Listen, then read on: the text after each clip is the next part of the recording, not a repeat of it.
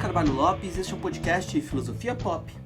Este é o nosso episódio número 195, recebemos o professor e filósofo Gelson Oliveira para uma conversa sobre Hans Jonas. Filosofia Pop é um podcast que aborda a filosofia como parte da cultura. A cada 15 dias, sempre às segundas-feiras, a gente vai estar aqui para continuar essa conversa com vocês. Intercalando com nossos episódios normais, de quando em quando apresentamos episódios de entrevistas temáticas especiais. Você pode encontrar mais textos e informações no nosso site, filosofiapop.com.br. Temos página no Facebook, perfil no Twitter, canal no YouTube, Instagram. Nosso e-mail é contato@filosofiapop.com.br. Se gosta do conteúdo do podcast, apoie nossa campanha de financiamento coletivo no Catarse. O endereço é catarse.me/filosofia_pop. A contribuição mínima que pedimos é de R$5 mensais. Se você preferir, pode contribuir através do nosso Pix, que é contato@filosofiapop.com.br. Se não pode contribuir financeiramente, ajude divulgando, comentando, indicando para amigos. Precisamos muito dessa força.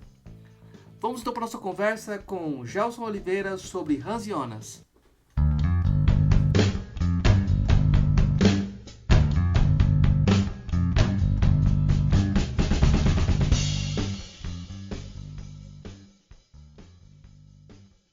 Hoje a gente recebe direto de Curitiba o professor Gelson Oliveira. A nossa proposta hoje é conversar sobre o Hans Jonas, né? E é claro que a gente vai aproveitar o professor Gelson para falar de outros temas, porque ele tem um trabalho muito variado, um trabalho muito criativo, e é um dos autores que a gente pode pensar nessa tentativa de articular a filosofia no Brasil para um público mais amplo.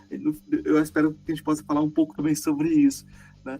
Mas eu vou fazer uma pergunta, que é uma pergunta geral que a gente vai respondendo aos poucos, que é aquela: quem é ou quem foi Hans Jonas? Vamos lá, Marcos. Então, queria saudar todos que estão nos escutando, todos e todas, e te parabenizar também, primeiro, pela iniciativa desse maravilhoso podcast. Então, é um prazer imenso estar aqui com vocês. Hans Jonas, a gente vai descobrindo aos poucos também, como você disse, né? Então, se trata de um autor, eu acho, assim, um dos maiores filósofos do século XX, e eu vou trazer a brasa para minha sardinha, obviamente, né? Mas, enfim, é um filósofo do século XX, né? Está entre os grandes porque justamente propôs uma coisa que me parece bastante alternativa dentro do cânone filosófico do século XX. Nasceu em 1903, morreu em 93, portanto agora estamos aí comemorando pelo menos relembrando, né, os 120 anos do seu falecimento e os 120 anos do seu nascimento e os 30 anos do seu falecimento. Então, se trata de um filósofo que viveu muitas das principais coisas, eventos, acontecimentos, tanto em termos históricos quanto em termos filosóficos do século XX. Então, dizer que ele é do século XX não é qualquer coisa, né? Veja, ele é muito jovem, de uma família judia, né? Judaica, tradição judaica, ele vai, de alguma forma, viver né, o que o século XX reservou a essa população, vamos dizer assim, né, a esse grupo. Teve que deixar a sua terra natal, viveu como estrangeiro, primeiro no Canadá, em vários países, mas depois no Canadá e finalmente nos Estados Unidos, onde ele foi professor da New School for Social Research, né, junto com a sua amiga Hannah Arendt, de quem ele foi amigo desde a juventude, né? Perdeu a mãe né, em Auschwitz, ficou sabendo disso depois de 4 anos, então uma grande tragédia, uma espécie de uma ferida nunca sarada, né, da sua história. Outra coisa interessante do ponto de vista filosófico é que ele já desde cedo estava muito ligado à filosofia, artes, né, línguas, etc. Então o pai, que vamos dizer assim, compreendeu essa vocação do filho, mandou ele estudar filosofia, e ele teve a sorte de ter acesso àquela que poderia ser nomeada aqui por nós como uma das grandes, se não a maior escola filosófica daquele momento, que era justamente a escola do Husserl e do Heidegger, né? Então ele vai estudar com Husserl e Heidegger, foi então orientando de doutorado do Heidegger, uma tese sobre o pensamento gnóstico em 1928, né? Defendido em 28, a partir daí, então, ele, vocês podem imaginar, vive todo aquele núcleo filosófico representado por esses aí, os chamados filhos de Heidegger, né? os que estão aí em torno dele, entre eles a Hannah Arendt, mas vários outros. E o Jonas, então, formula também uma crítica ao seu próprio mestre, né? A gente diz que o Heidegger viveu o maior parricídio da filosofia, né? Porque os seus filhos todos quiseram matá-lo. E o Jonas não foge disso, por dois motivos também. Um deles tem a ver, obviamente, com a questão do nazismo, né? Dessa relação do Heidegger com o nazismo, e principalmente com o fato do Heidegger nunca ter se desculpado, não ter explicado, né, essa relação. E depois também em termos teóricos, né, o Jonas começa a discordar do Heidegger de forma bastante precisa, principalmente a partir de 1960, 66, quando o Jonas começa a trabalhar em torno do problema da vida, né? É um tema que ele traz lá da guerra, mas que ganha corpo nos anos 60, e quando a gente lê esse livro, quem lê com atenção vai reparar ali uma grande crítica ao pensamento heideggeriano, principalmente uma certa abstração que ele compreende do Dasein. Ele traz esse Dasein, essa questão do ser para o campo do vivo, né? Então ele diz é o ser vivo que importa. Isso é uma crítica, vamos dizer assim, velada, ou mais ou menos velada ao Heidegger. E depois a própria tradição da ética, né? Que é onde o Jonas, então, ganha repercussão. Quer dizer, se trata de um autor que publica um livro em alemão, mesmo vivendo nos Estados Unidos, então também é mais um elemento da sua própria filosofia, vamos dizer assim, estrangeira, né? É uma filosofia que também não fala uma língua própria, entre aspas, né? Porque ele mora nos Estados Unidos há muito tempo, já tinha escrito muita coisa em inglês, mas ele decide, por causa do cenário norte-americano, muito pragmatista, etc., ele compreende que a filosofia dele teria dificuldade de ser aceita, né, no cenário anglo-saxão, e então ele publica em alemão, e de alguma forma isso foi um acerto, né, porque a obra então tem uma grande repercussão, obtém um grande sucesso, vendeu muitos exemplares. Um livro então chamado Das Prinzip Verantwortung, né, o princípio responsabilidade, como a gente traduziu em português, e esse livro projeta o nome do Jonas internacionalmente. É um livro, veja, que tem uma articulação muito interessante do ponto de vista do problema ambiental, articulado com o problema da tecnologia, própria, portanto, do século XX, uma tecnologia que, veja, é a tecnologia que o Jonas assistiu se desenvolvendo, digamos, no campo da guerra, né, no cenário da guerra, porque tem que lembrar aí da bomba atômica, né, mas também aquela tecnologia aplicada no campo da medicina, da biotecnologia, que ele assiste tanto nos Estados Unidos, né, florescendo com grande força nos anos 70, 60, 70, mas também aquela que ele assistiu nos campos de concentração, quer dizer, esses experimentos com seres humanos. Então, quer dizer, o Jonas começa a pensar o problema do poder humano de intervenção sobre a natureza e sobre o próprio corpo humano, enfim, sobre si mesmo, e desdobra disso, então, uma preocupação muito forte com o uso desse poder. Então, basicamente, o livro é sobre isso, quer dizer, há uma ampliação do poder, o poder precisa ser usado com responsabilidade. E é interessante notar também que o Jonas é uma outra curiosidade, né? Ele, quando ninguém falava ainda de bioética, né? Essa palavrinha que depois foi cunhada, mais ou menos no mesmo momento, na verdade, por Potter, principalmente, né? Mas o Jonas, ele publica em 85 um livro que se chama Técnica, Medicina e Ética. Foi publicado em alemão, mas em inglês saíram vários artigos desde o final dos anos 70 que formam, então, esse livro, no qual o Jonas se envolve, digamos assim, num debate muito grande com essas questões de bioética. Tanto no sentido, veja, da bioética que o Potter chamou de bioética global, né, que é essa bioética, então, que não é só a do hospital, vamos dizer assim, mas é aquela do mundo, do planeta, das questões ecológicas e a vida em sentido geral.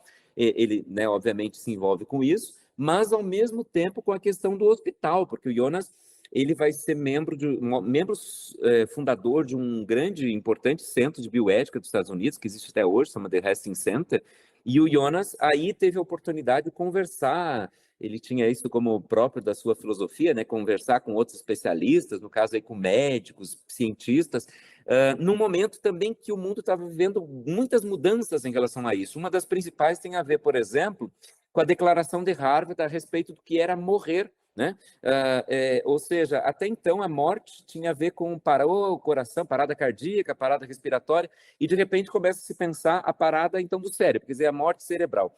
E aí o Jonas começa a se preocupar com isso do ponto de vista do tráfico, né? Vamos dizer assim, dos transplantes de órgãos, mas a preocupação dele era com o seguinte: como que você tem legislação, quais normatividades a gente vai ter para pensar esse cenário, digamos, de um hospital onde alguém é declarado morto por outra pessoa. Essa morte não é tão visível como era no passado, e agora nós podemos abrir, então, esse corpo, né, para fazer transplante de órgãos.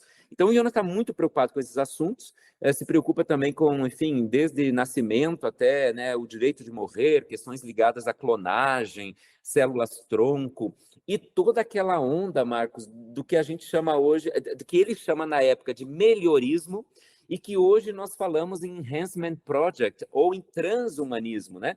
Quer dizer, o Jonas, veja, lá nos anos 70 já está se preocupando com essa aplicação da biotecnologia, ou da tecnologia sobre a vida, no sentido de ampliar potencialidades, né, melhorar a performance, e mais ainda chegar a discutir coisas ligadas ao fato de que o ser humano se tornou um objeto tecnológico. Então, não é só ele um ator, um agente da tecnologia, mas ele é um objeto tecnológico. Inclusive, no livro de 79 tem um capítulo, um subitem, que se chama justamente O Homem como Objeto da Técnica, em que o Jonas vai tematizar, por exemplo, formas de controle do comportamento, né? Ele vai falar do prolongamento da vida, questões ligadas, então, a essa ideia hoje muito corrente no mundo do transhumanismo, né? De alongar a vida, mas, ao mesmo tempo, buscar a cura da morte, esse tipo de coisa. E, por último, as questões ligadas à manipulação genética. Veja, eu acho que com essa descrição dá para entender porque eu disse que ele é um filósofo do século XX, ou seja, é um filósofo envolvido com boa parte dos grandes problemas, ou dos problemas principais que o nosso século XX viveu, né? Eu fico com a impressão até que ele é um filósofo do século XXI, né? Até que a gente conhece, porque as questões que ele lança continuam, ou vamos dizer assim, o impacto que ele vem vai se ampliando, né? É como se a pedrinha que ele jogou na água vai fazendo ele repercutir. Porque, claro, o Nietzsche é um filósofo do século XIX, mas ele é um filósofo do século XX, Uhum. porque né, ele vai ganhar grande repercussão no século XX, né? Então, o Jonas parece que tem essa posição ambígua, né? Não gostaria de dizer que é alguém à frente do seu tempo, mas eu diria que talvez um pouquinho do lado da Academia de Filosofia. E o lugar que ele trabalhava nos Estados Unidos também era um pouquinho do lado, não era bem a Não era o academia. centro. Não era o centro, né? Mas eu queria voltar um pouco para algo que a gente até estava conversando em off sobre a questão do gnosticismo, né? Eu acho que é o que você chama do momento do passado, que é a tese de doutorado dele. Eu queria te perguntar como esse trabalho que ele fez sobre os gnósticos é uma espécie de chave interpretativa para a gente entender o trabalho posterior dele, né? Isso é muito legal, Marcos, é verdade, porque muita gente tem até uma piada, uma espécie de uma piadinha que é contada pelo Paul Ricoeur, que diz que um aluno dele, então, chega com um livro, né, das Princípios Verantwortung e pergunta: esse senhor Jonas é o mesmo senhor Jonas lá da Gnose? E isso virou uma certa piada entre os especialistas, porque há um esforço, então, de ligar essas obras, né? Vamos dizer que a obra de Jonas, ela teria aí pelo menos três partes, né? Uma primeira parte sobre a gnose, uma segunda parte sobre o tema da vida e uma terceira parte sobre esse tema aí da responsabilidade, né? Aplicada tanto no sentido teórico, né? No princípio de responsabilidade, quanto em termos práticos aí com essa questão da bioética, etc. Bom, então o Jonas, e aí ele mesmo, num texto, no prefácio aos seus ensaios filosóficos, uma obra de 70, e depois a mulher dele também vai tematizar essa ideia de que então o tema da obra dele era o passado, o presente e o futuro, né? Ou seja, o passado é essa coisa da gnose, o presente é essa coisa da vida, e o futuro, precisamente, a questão da responsabilidade. Bom, então pensando esse passado, nós temos que lembrar que o Jonas, então, ele vai estudar com Husserl, como eu disse, com Heidegger, e nas rodas heideggerianas ele encontra o Bultmann, né, lá nesse mesmo momento, que é um teólogo, criador do chamado conceito da desmitologização, que tinha feito uma coisa que era inovadora e, ao mesmo tempo, interessante. Tinha se utilizado da analítica existencial heideggeriana, portanto, da metodologia heideggeriana, para olhar os textos bíblicos, para estudar, digamos assim, o mundo bíblico.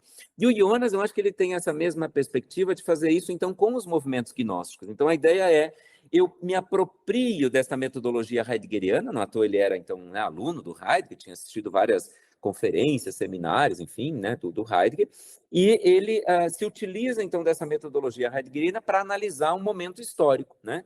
Esse momento histórico, mais ou menos, se pensa, conta mais ou menos 600 anos de história. E, curiosamente, todo estudante de filosofia há de lembrar que é um momento meio obscuro das nossas aulas, assim, do nosso curso de filosofia. A gente praticamente não estuda esse momento, né?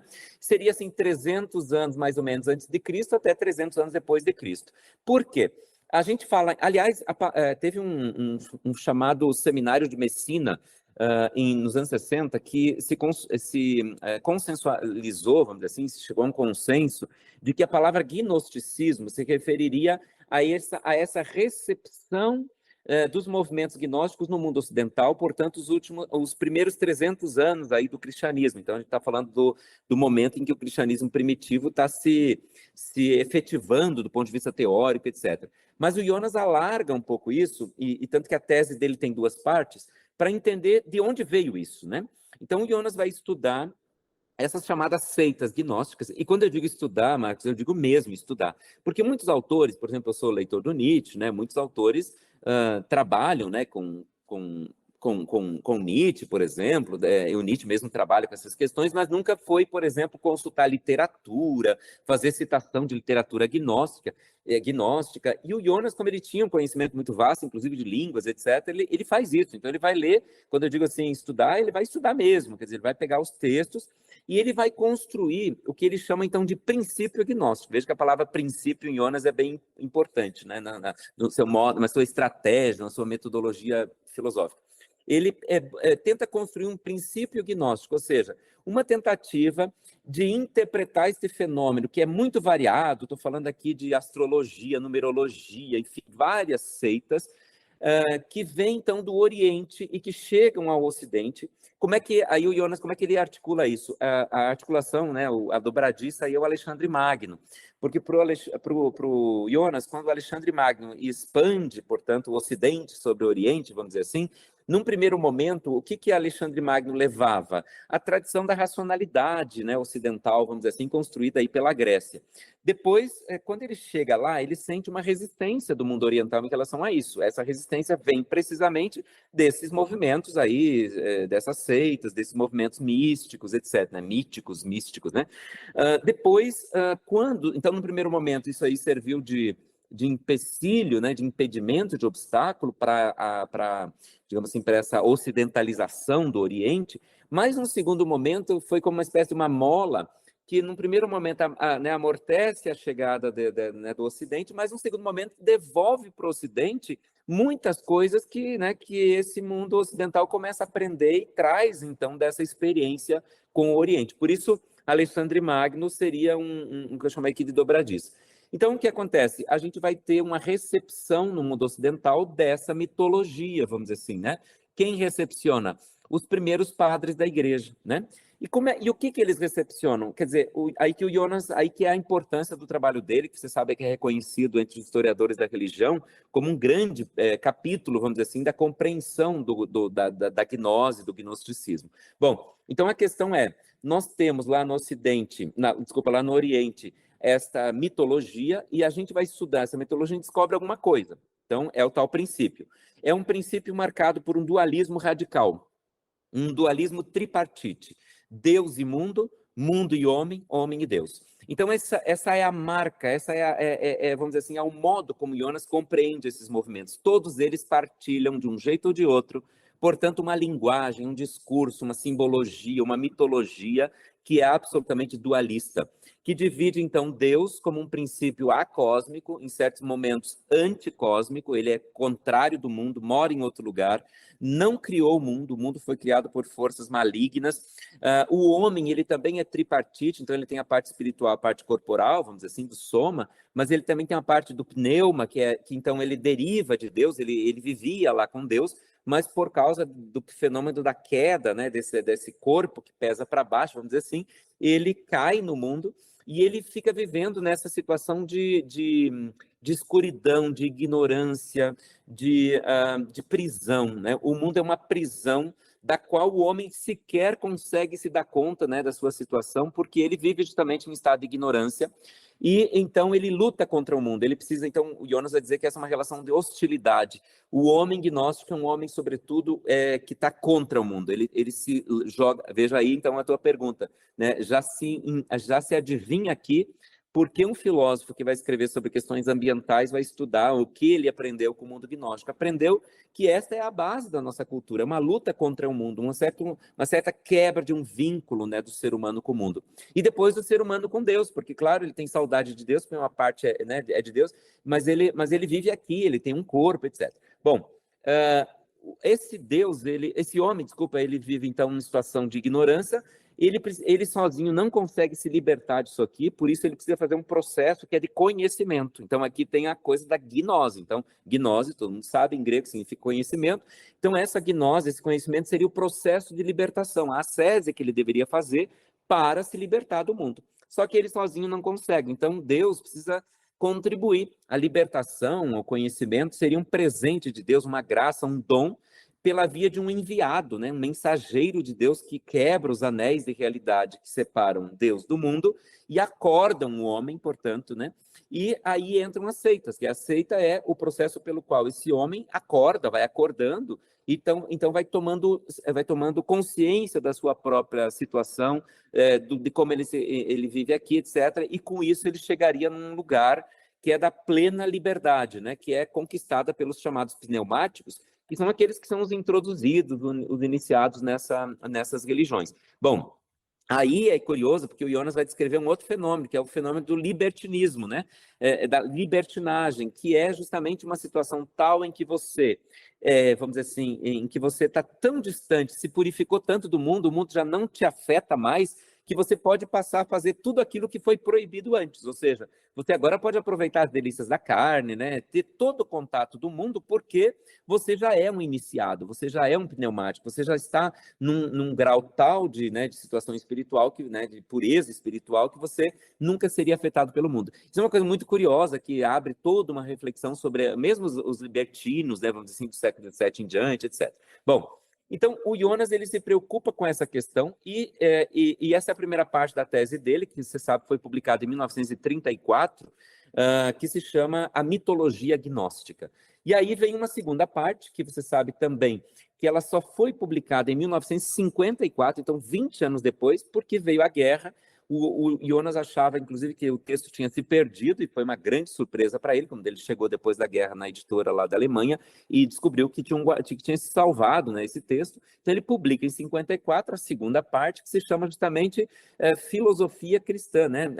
Vamos dizer assim, a mitologia gnóstica e a filosofia cristã, ou mais ainda a filosofia mística, ou seja, como é que essa primeira filosofia, Justino, Orígenes, os primeiros padres da igreja, se apropriaram dessas mensagens gnósticas e entenderam que ali poderia ser, vamos dizer assim, naquela estratégia do cristianismo nascente, né, de formular uma teoria, de teorizar a mensagem de Jesus, eles encontraram nessas ideias muitos amparos, né? Depois do século III, a igreja vai declarar esses padres hereges, né? Basicamente, veja, por questões do tipo, o mundo não foi criado por Deus, então são mensagens que já não se adaptam mais ao cristianismo já consolidando se não consolidado já depois do século III.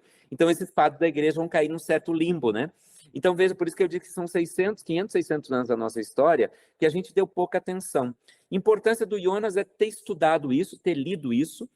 E nós temos que reparar aqui também que nos anos... Então, ele publica em 54, veja a segunda parte. Mas o Jonas trabalhou muito, durante toda a sua vida, no tema da gnose, tanto que o último trabalho dele foi junto com Kurt Rudolph, um dos grandes especialistas de gnose, com vários trabalhos, né, reconhecido internacionalmente, justamente numa reedição deste livro, né, dessa obra, nessa obra inicial, que foi publicada póstumamente, em 93, em que o Jonas, então, estava trabalhando, inclusive, trazendo novos textos, que o Jonas achava que ele tinha que ter dedicado mais tempo para Justino, por exemplo. Então, ao longo da vida, ele foi escrevendo algumas coisas, as coisas foram aparecendo, então, só depois, por exemplo, nessa obra de 93. O Jonas participa de vários eventos, escreve para enciclopédias, então é um tema que o ocupa. Mas o que é interessante, em 64, se não me engano, vem o Nag Hammadi, a descoberta dos textos, né, dos evangelhos apócrifos naquela cidade do Egito, que vai ser muito importante porque é hoje considerado o maior documento, né, dos estudos gnósticos que a gente tem notícia. O Jonas, ele, num primeiro momento, não teve acesso a esses documentos, mas numa reedição do livro que ele lançou, na verdade, uma espécie de um resumo que ele lançou em inglês em 1958, que se chama A Mensagem do Deus Estrangeiro, né? A religião gnóstica, é um resumo da primeira parte da sua tese, basicamente. O Jonas escreve um capítulo sobre Nag Hammadi, dizendo que até onde ele tinha lido, e depois ele voltou a falar do assunto, ele considera que os textos de Nag Hammadi confirmaram essa leitura que ele tinha feito antes, ou seja, é verdade que então a gente encontraria nesses textos também esse tal princípio gnóstico. Outro detalhe, no final dos anos 50, nos anos 60, o Jonas escreve um texto, basicamente, especificamente em 58, em que o Jonas, esse texto se chama Gnosticismo, Existencialismo, Nihilismo. Porque o Jonas fala muito sobre o nihilismo gnóstico, aquela hostilidade em relação ao mundo é interpretada por ele como um nihilismo, né?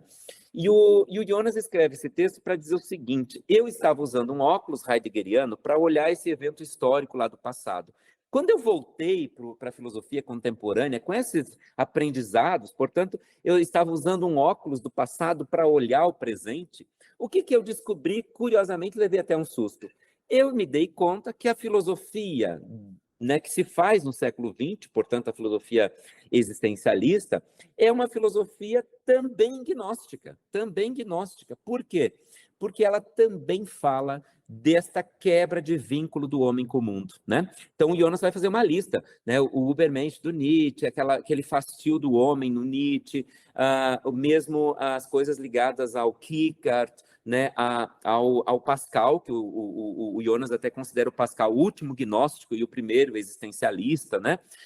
O Jonas até cita a famosa passagem do Pascal, né? O silêncio desses espaços infinitos me apavora, para ressaltar precisamente esse sentimento do homem do século XX, o homem do pós-guerra, o homem que está vivendo a tragédia, né, de ter esse mundo destruído, e principalmente também esse homem que vê já os indícios de uma crise ambiental, né, que começa a chegar. O Jonas diz: esse homem está vivendo uma situação existencial.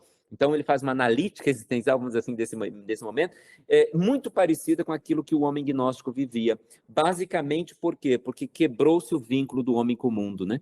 Essa quebra do vínculo, agora, diz o Jonas, é muito mais grave, porque essas filosofias são filosofias que não só tratam o mundo com hostilidade, mas tratam o mundo com indiferença.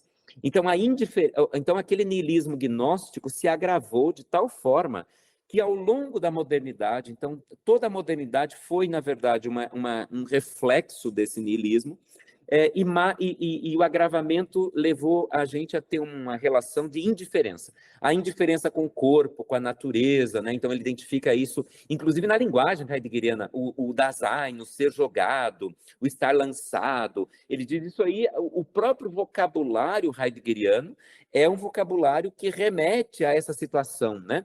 Depois a gente podia falar de outros, né? O Camus, por exemplo, né? O estrangeiro. O estrangeiro é alógene. O alógene é uma seita, né? Que remeteria a um filho de Adão, né? Que teria fundado uma seita. Adão expulso do paraíso, aquele que está, então, numa relação de indiferença em relação ao mundo, né? Não é daqui, ele se sente estrangeiro no lugar onde ele pisa, né? E o Camus, que já tinha estudado o gnosticismo no seu trabalho da agregação, né? Metafísica cristã, e ele estudou todo esse momento dessa história e tinha uma interpretação própria e muito original também a respeito desse momento. Então, o Camus seria um outro sinal, digamos assim, de todo este movimento da filosofia contemporânea que reacenderia essa relação, então, de distanciamento, que eu disse, é uma relação agravada, porque, veja, quando você ainda é hostil ao mundo, você ainda tem uma relação, por mais que seja uma relação de negação, uma relação de hostilidade, ainda é uma relação. A ciência moderna tirou do mundo qualquer tipo de sacralidade, qualquer tipo de teleologia, não é? A natureza não tem mais finalidade, e, portanto, não tem mais dignidade, só dignidade do ser humano. Aí o Kant inteiro, né, estaria entre os responsáveis por esse processo. E o Jonas vai dizer precisamente isso nos levou a ter uma relação com o mundo que é uma relação de indiferença. Então, olha que interessante, é como se a gente pudesse dizer, eu até trabalhei isso, Marco, no meu livro Negação e Poder, cujo título faz referência precisamente a isso, negação, né? Negação é essa coisa da atitude negativa em relação ao mundo, portanto tem a ver com essa atitude nihilista, mas ao mesmo tempo uma negação empoderada, porque a ciência, a tecnologia seria um reflexo disso. Veja, a gente podia dizer que toda a história do Ocidente, eu acho que isso me interessa muito hoje em dia. Toda a história do Ocidente é a história da quebra de um vínculo do homem com o mundo. É a história de um desenraizamento.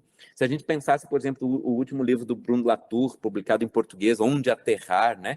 Ele trata a globalização como um processo de desaterramento. A gente podia dizer que hoje a globalização, os ricaços do Texas que vão lá para o deserto para tirar a gente daqui com essas naves, né? O transhumanismo com a ideia de fazer upload de mente, tirar a gente desse corpo, botar num corpo, né, num outro cenário, num corpo tecnológico. O que é isso? Isso não passa de mais um capítulo de uma história que começou lá no mundo gnóstico, chegou em Platão com o mundo das ideias, mundo aqui de baixo, passou por um cristianismo que disse, bom, é o mundo lá de cima que interessa, isso aqui de baixo não vale nada, passou por um Descartes, né, penso e, portanto, né, os outros não são nada porque só eu penso, chega num Kant com essa ideia de que nós importamos, os outros não importam, porque nós somos o reino dos fins, os outros não, e chega na ciência, né, o projeto baconiano da exploração, né, o programa de exploração moderno da natureza. Então, isso tudo vai criando uma certa linha interpretativa que a gente poderia dizer que quase toda a história do Ocidente começa com a história do gnosticismo.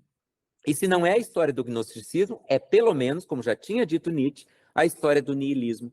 Ou seja, o niilismo é um processo que está, de alguma forma, hospedado, para usar a palavra do Nietzsche, que o Jonas também recupera, é o hóspede do Ocidente. O Ocidente tem um hóspede, o hóspede mais terrível do Ocidente é o niilismo.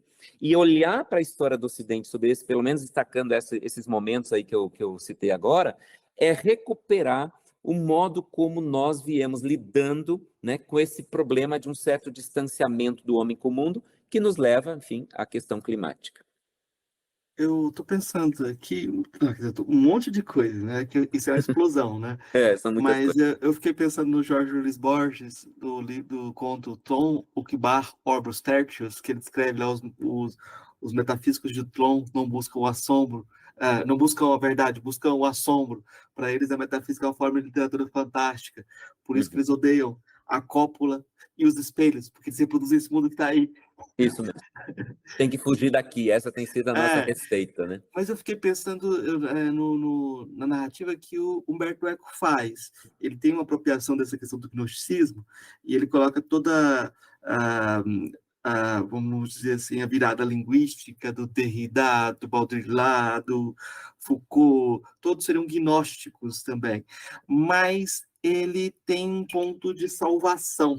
Eu queria saber se isso existe também, porque para ele, de certa forma, você pode tomar o Deus como sublime, algo indefinível, como os gnósticos fazem, ou tomar o Deus como algo racional, que tem que ser desvelado. Existe uma racionalidade, como você tem no Tomás de Aquino. Uhum. Então, é como se vamos voltar para o Tomás de Aquino, né? Vamos voltar para a ideia do Aristóteles, de um mundo interpretável, com fins. O Jonas também cai nesse tipo de separar o joio do trigo. Quem salva? Uhum. Talvez fosse uma armadilha teórica, assim, né? Uma espécie de ilha. Eu acho que o Jonas, ele, vamos dizer assim, ele pensa de alguma forma, por exemplo, quando ele pensa uma estratégia para a tecnologia, depois a gente podia falar um pouco, vamos falar mais disso, mas a tecnologia teria uma função, né, dentro da sociedade. Então, você poderia, se você reconhecesse que o conhecimento, a própria ciência, né, ela também contribui para uma certa leitura do mundo, para uma certa interpretação de mundo, então a gente poderia dizer que também aí tem uma gnose, ou seja, uma ideia de que o conhecimento salva, né, de que é o conhecimento, afinal, que nos salvaria. E mesmo quando o Jonas formula a tese da responsabilidade, a responsabilidade vamos dizer assim, tem um lado, né, dela que ele chama de sentimento, né, então uma parte, mas tem um outro lado que é justamente de compreensão da realidade, de tomada de consciência a respeito do que está acontecendo. Então, nesse sentido, eu poderia dizer que talvez essa receita continue, ou seja, a salvação no fundo, mesmo diante da questão climática, né, da catástrofe ambiental, do colapso, etc., onde que está a salvação ainda? A salvação ainda está na gnose, ainda está no conhecimento, ainda está na capacidade humana de lidar com esse mundo, de conhecer esse mundo e de, quem sabe, alterá-lo né, para o bem, vamos dizer assim, entre aspas, né, segundo a orientação da moralidade. Então, do bem comum, etc. Então, que para o Jonas tem a ver com a garantia das condições da vida. Então, nesse sentido, talvez seja uma armadilha, assim, né? Uma armadilha teórica que você poderia dizer, bom, aquele que mais criticou, que fez essa leitura, acaba também, de alguma forma, reconstituindo no seu próprio argumento isso aí. O mesmo você poderia dizer, por exemplo, da crítica à utopia, que a gente vai encontrar em Jonas. Então, um cara né, um autor que criticou tanto a utopia, mas que, ao mesmo tempo, formula uma nova utopia, porque esse mundo da responsabilidade passa uma nova utopia. Eu acho que são contradições, Marcos, do próprio autor, mas que também, como é que eu diria, talvez o Jonas teve pouco tempo para formular as articulações desses momentos todos da obra dele, que talvez respondesse melhor essa utilidade da gnose, o modo como ele pensa a própria filosofia, por exemplo, o papel de Deus, né? Você sabe que ele ficou muito famoso com um texto que se chama Deus depois de Auschwitz, né?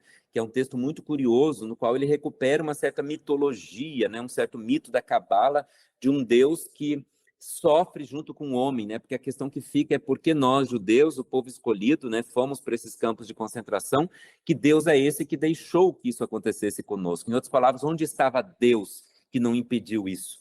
E o Jonas tenta resolver o problema dizendo: Deus estava aí, sofrendo com vocês, porque Deus não é ele retira de Deus vamos dizer assim, como é que eu diria isso, dos valores, das virtudes ou das características de Deus, que é a onipotência. O Deus do Jonas é um Deus que pode tudo, mas que cria o mundo e se recua no seu próprio poder. Ele retira-se do mundo para deixar a história do mundo acontecer. E, ao mesmo tempo, ele envolve-se na história humana, porque ele está envolvido com esse mundo a partir, justamente, da história humana. Então, quando o homem sofre, é Deus que sofre também. Então, Deus morria nos campos de concentração junto com esse povo, que era o povo dele, porque ele acreditou, digamos assim, entregou o destino da história ao próprio homem.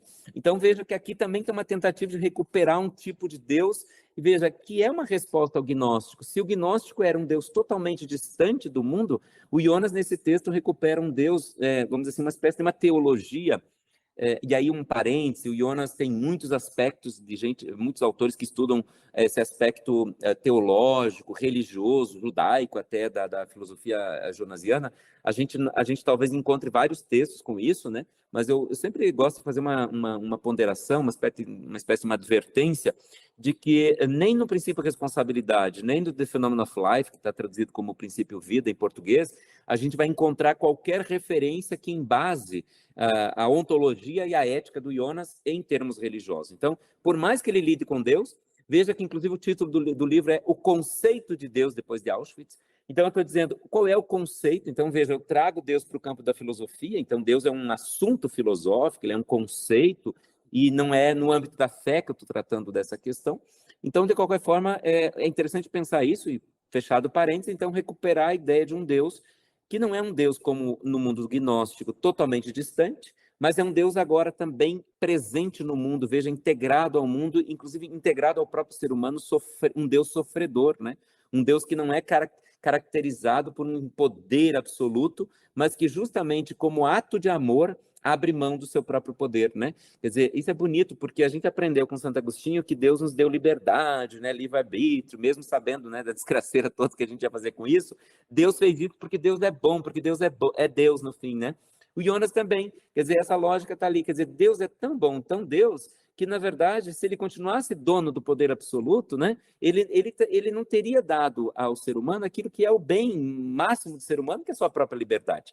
Então, ter dado a liberdade significaria ter recuado do ponto de vista da sua capacidade, do seu poder imenso de atuar o tempo todo na história. Deus deu ao homem, portanto, o dom de fazer a sua própria história. E aquilo, inclusive nesses erros todos que representou, por exemplo, o nazismo, né?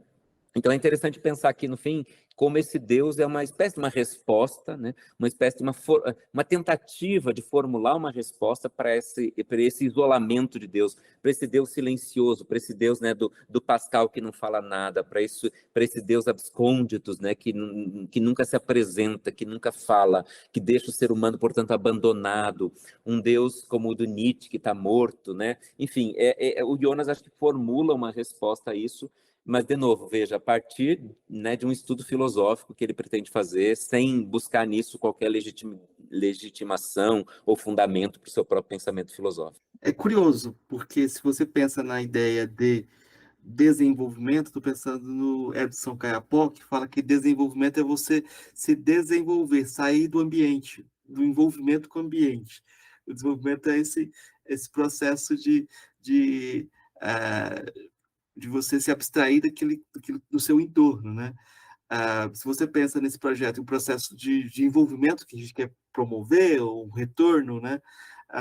É como se tivesse aí uma polaridade que o Jonas trabalharia bem com ela também, né? De você tentar se aterrar, como o termo que você utilizou, esse retorno, e o retorno da responsabilidade dos homens, né? E aí você pode sim fazer alguma conexão, mas eu não acho que não é toda conexão, e isso é um problema, é um problema interessante, porque é muito curioso que as éticas que a gente tem estudado, essas éticas como a do Levinas, do Hans Jonas, tem lá a sua base, o seu jogo com a teologia judaica, e a gente tem que pensá-las também nesse fundo também para fazer o contraste a partir de outros lugares. Você deu aula em Moçambique, né?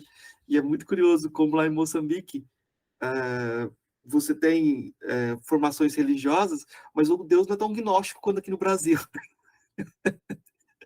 Não se mistura tudo com tudo, assim. As coisas é uma coisa separada da outra, né? E eu fico pensando assim, quando a gente volta para um politeísmo, a gente tem outra percepção.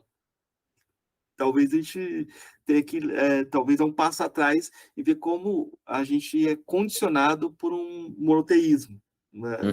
E, até que ponto que essa história toda é uma história também vinculada ao monoteísmo e a afirmação de uma forma de vida verdadeira. Uhum. Né? Mas eu estou pensando em voz alta e eu estou falando forma de vida verdadeira. E eu acho que a grande coisa aí é a gente tem o Hans Jonas como alguém que elaborou uma ética depois de Auschwitz, né? Uhum. E o que significou Auschwitz para ele começar a pensar essa ética? O que você já antecipou, que é o momento da vida. Então, é interessante isso. Eu acho que a guerra, né, no geral, o Jonas, né, participou, entre aspas, né, da primeira, mas na segunda ele foi mesmo soldado. Você sabe que ele se inscreveu numa brigada inglesa, né, formada só por judeus. Aliás, ele tem um texto maravilhoso, uma espécie de manifesto, que era uma espécie de convite ao povo judeu, dizendo, olha, vamos ter que acordar, o que vai acontecer conosco é uma grande tragédia. Então ele já tinha visto isso antes do próprio, vamos dizer, acontecido pior, vamos dizer assim, e ele conclama, então, os judeus a se envolverem mesmo numa luta contra o nazismo, né? E o Jonas, então, vai para os campos de batalha, ele vai ficar 4 anos aí como soldado, membro, então, dessa brigada do exército inglês, formada só de judeus, e ele tinha prometido, inclusive, que só voltaria à Alemanha para lutar contra o nazismo. Bom, essa experiência da guerra, então, é uma experiência interessante do ponto de vista filosófico, porque ele conta isso nas memórias dele, né? que ele trouxe a guerra evidenciou para ele o problema da fragilidade da vida, né? Da morte individual, sobretudo, né? Essa morte que, né, está presente. Então, imagina caminhar por esses municípios, por essas cidades destruídas, pessoas mortas. Imagina o que deve ser isso. Ele não tem muitos detalhes sobre o que se fez, como ele foi, né, nesse momento, mas, vamos dizer assim, ele fala dessa experiência da morte. Mas também tem a Segunda Guerra Mundial, a experiência da morte coletiva, dos campos de concentração, né, morte coletiva humana, mas também com a bomba atômica da morte coletiva fabricada, né, fabricada por essa racionalidade que deveria nos salvar, né, esse conhecimento que deveria nos salvar, que nos salva. Então, essa racionalidade toda utilizada para a morte. Então, Jonas começa a pensar a vida dentro desse cenário. Esse é o cenário que leva ele, então, a inaugurar esse segundo momento da filosofia. A mulher dele, a Lori Jonas, teria mandado, né? Enfim, mandou vários textos de biologia para o Jonas nesse campo de batalha. Não me pergunto como isso chegava, como era isso, mas enfim, é o que eles escrevem, né? Me mandou, eu li. E ele começa a escrever cartas para sua esposa, são chamadas cartas didáticas ou cartas formativas, se você quiser. Essas cartas, elas são o embrião de uma obra, então, que ele vai publicar bem mais tarde. Então, vejam aí, estou aí em 45, né, por aí, e a gente vai ter essa publicação só em 66. Então, 10 anos depois, o Jonas reúne, e depois de um longo trabalho de aulas que ele deu sobre o tema, etc., reúne isso num livro que vai se chamar Organism and Freedom. Esse livro, curiosamente, a primeira versão dele foi recusada pela editora, porque o inglês dele não era tão bom e o livro era um pouco difícil demais. Então o editor falou, não dá, volta para casa e escreve de novo. Aí depois de um tempo ele reescreveu isso aí tudo e virou então este livro, The Phenomenon of Life, Toward a Philosophical Biology, ou para uma biologia filosófica, para uma biologia filosófica.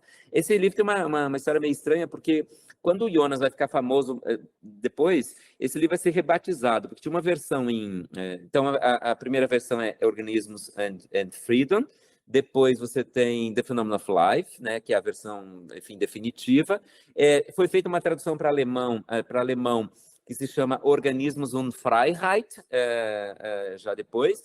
E quando é lançado Das Prinzip während Wortung, em 79, com grande sucesso, a editora rebatizou esse livro em alemão como Das Prinzip Leben, né, para dizer, olha, é o mesmo livro, é o mesmo autor, vamos comprar, né, que é do mesmo autor, está fazendo muito sucesso esse aqui, compra esse aqui também.